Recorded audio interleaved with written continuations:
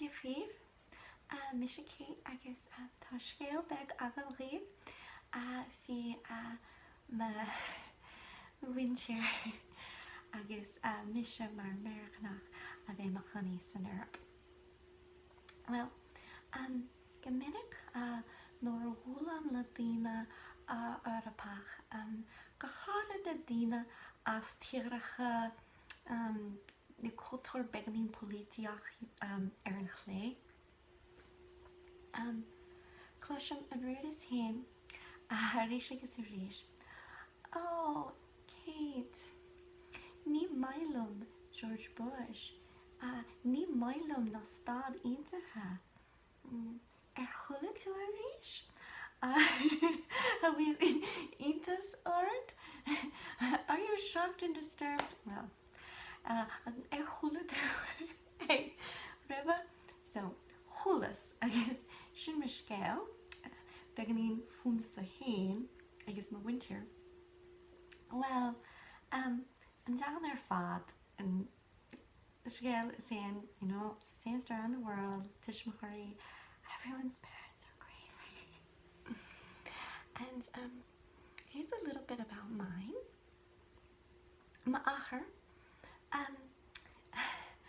well, you know, he was crazy to begin with, but nor harla no Rudy officer in the hour fado. You know, that was really it. I guess bhí sé ag timoid ar an sráid le muir Victor mural ar a pickup truck hain agus ar an muir Victor ba pector an uachtaráin agus an leas uachtaráin ag an am sin you know, George Bush.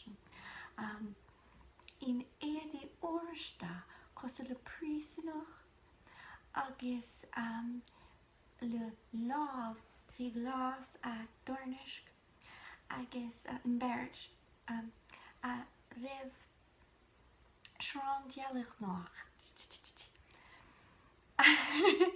agus skrivaha Erin more picture could image na could be shin iguan Guantanamo he's vishe an war Kirkador Erin pickup truck room. I guess Russian the me egin commencement onila salmon faculty for Nora Nora vi me year for egg file him nice, you know. I guess vi gacht in kana an ora náisiúnta Stad Aontaithe ach ní rá ma achar sásta. Okay, ach ní rá sé an a bheith ina host. Ní rá sé an Bhí sé ag garaid os ard le gachtaíona ag clustal. Ní bheith mé i mar chéasú, ní bheith mé i mar chéasú. Tá concentration camp an the Stad Aontaithe ag go an Guantanamo. Tá concentration camp agam. Bhí nóra orm ar nu, you know, tishmahari, okay, gargalor. I guess sin kind of foul nóra hanig me go up, I guess, you know, Dina us, you know, mar hantla in your moin nu and sualine, you know, tíar chud beganing pholaitíocht to Kate. Hula tú dinner nach moi les George Bush River. Ooh, I'm shocking you. No, I wasn't shocked. No, you can't match a crazy of my own family. Sin Scéal.